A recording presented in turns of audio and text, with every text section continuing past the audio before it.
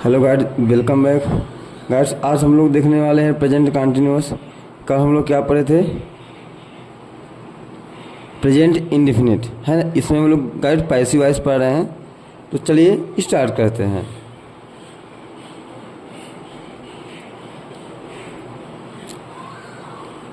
Present continuous.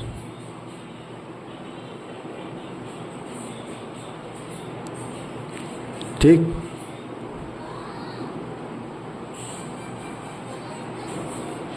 Guides हम इसका पहले फॉर्मूला देखते हैं। हम लोग क्या सीख रहे हैं? Present continuous. इसका एक्टिव वॉइस का देखते हैं फॉर्मूला। सबसे पहले क्या लिखेंगे? सब्जेक्ट, फिर इसके बाद क्या आता है? Helping verb.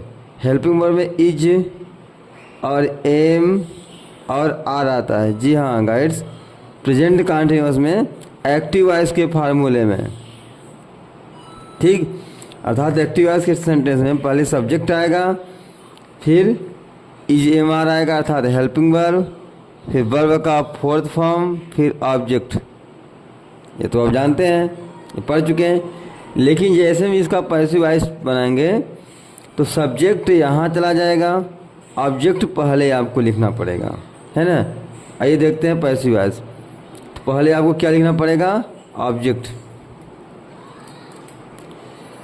ये वाला ऑब्जेक्ट आपको यहाँ लिखना पड़ेगा, ऑब्जेक्ट।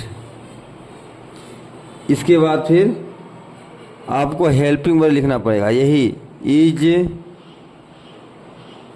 M R. अब गाइड्स याद रखिएगा, यही हेल्पिंग वर्ब प्रेजेंट इंडेफिनिट के एक्टिव वॉइस में लगती हैं। अब आप सोच रहे होंगे कि यहाँ भी तो लग रहा है, लेकिन हल्का परिवर्तन करना पड़ेगा ना। तो यहाँ पर लगा देते हैं बीइंग। क्या लगा देते हैं? बीइंग। इसके बाद फिर वर्ब का थर्ड फॉर्म, फिर बाय। इस सब्जेक्ट को यहाँ लिख दो, ठीक। अब समझ में आया? आइए हम इसका निगेटिव देखते हैं फार्मूला।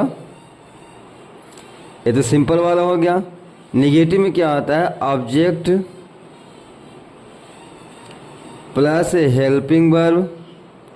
यहाँ लिख देते हैं हेल्पिंग वर्ब। इसके जस्ट बाद लगता है नॉट, फिर आ जाएगा बीइंग, फिर V3 बाय सब्जेक्ट। ये नेगेटिव फार्मूला हो गया। अब इंट्रोगेटिव के लिए क्या करना पड़ेगा? हेल्पिंग वर्ब को बाहर निकालना पड़ेगा, अर्थात इज एम आर को बाहर निकालना पड़ेगा। तो यहाँ लिखेंगे हेल्पिंग वर्ब। यह इंट्रोगेटिव फार्मूला है, हेल्पिंग वर्ब। अब ऑब्जेक्ट को अंदर ले लेना, ऑब्जेक्ट। इसके बाद बीइंग, इसके बाद V3 by subject, question mark. आगे समझ में? अब चौथा फॉर्मूला क्या आता है? Interrogative and negative. तो क्या हो जाएगा? Helping verb, object, not, being, V3 by subject. आ समझ में गाइड?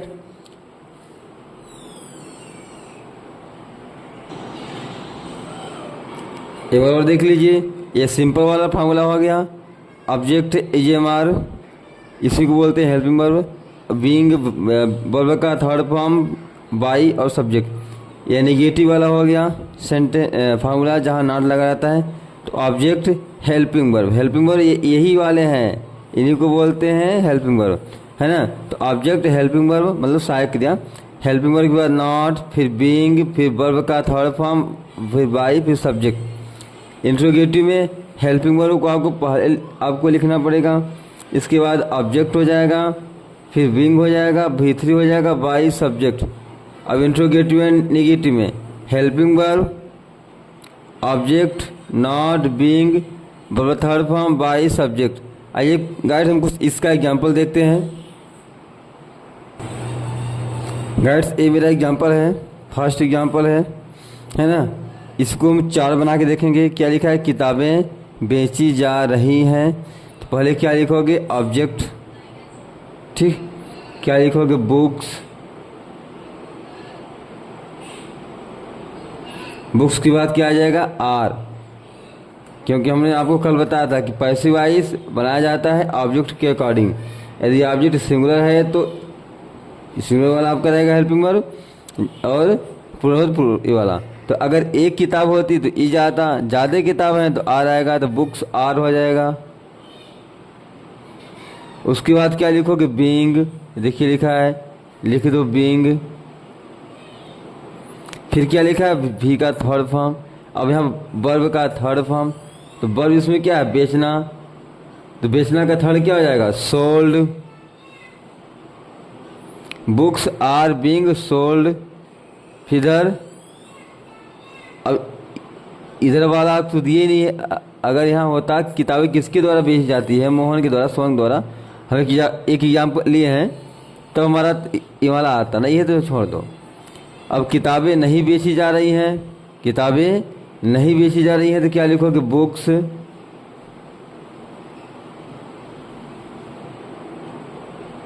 आर नॉट बीइंग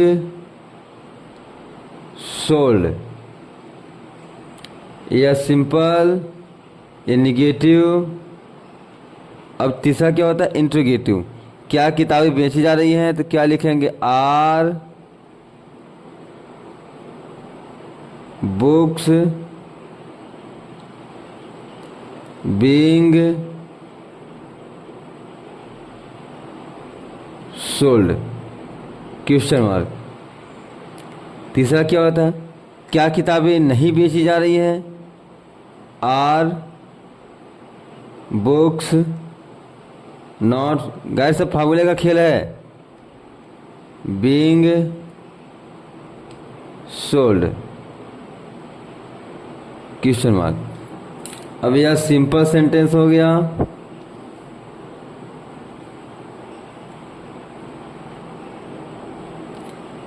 यह नेगेटिव हो गया। देखो सिंपल में बुक्स आर बीइंग सोल्ड।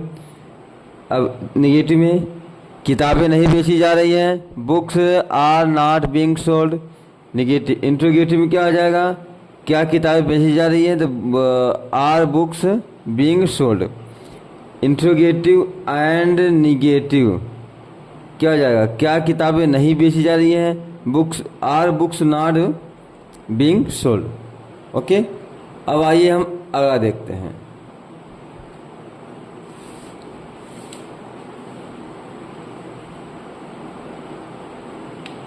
देखिए यही एग्जाम्पल ये है, किताबें मोहन के द्वारा बेची जा रही हैं। अब आपका जो बाई है अब आपका आ जाएगा, तो सब कुछ सेम रहेगा। क्या लिखेंगे, बुक्स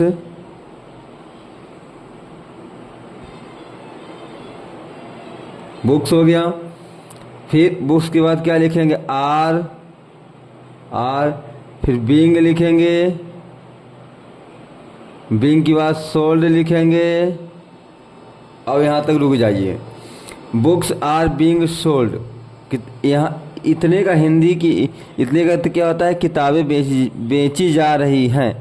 लेकिन आगे क्या लिखा है, मोहन के द्वारा, तो लिखोगे बाय मोहन।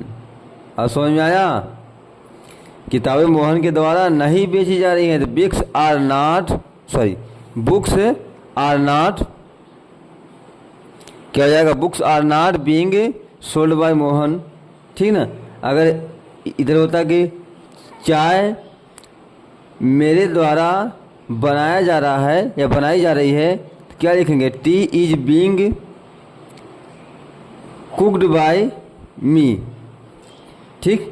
नेक्स्ट हम देखते हैं, घर बनाए जा रहे हैं। क्या लिखेंगे, घर बनाए जा रहे हैं, तो लिखेंगे होम। अब एक घर है या ज़्यादा घर है, घर बनाए जा रहे हैं, तो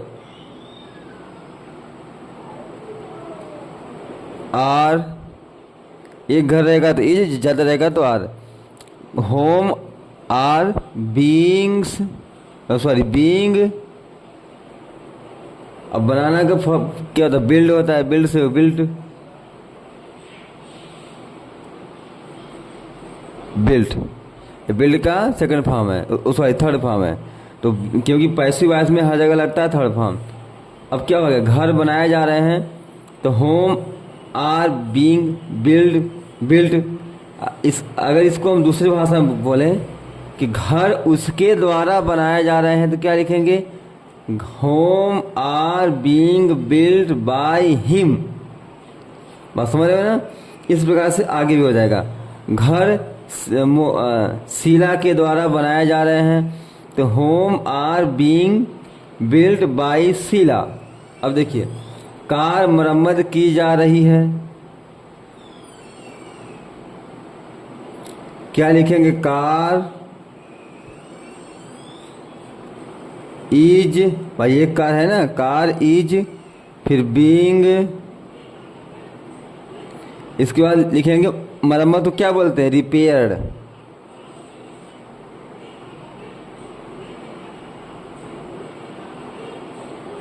रिपेयर्ड। अगर यहाँ होता कि कार मैकेनिक के द्वारा रिपेयर की जा रही है तो आपको लिखना होगा car is being repaired bye mechanic, या कार सोहन के द्वारा रिपेयर किया जा रहा है तो car is being repaired bye Sohan.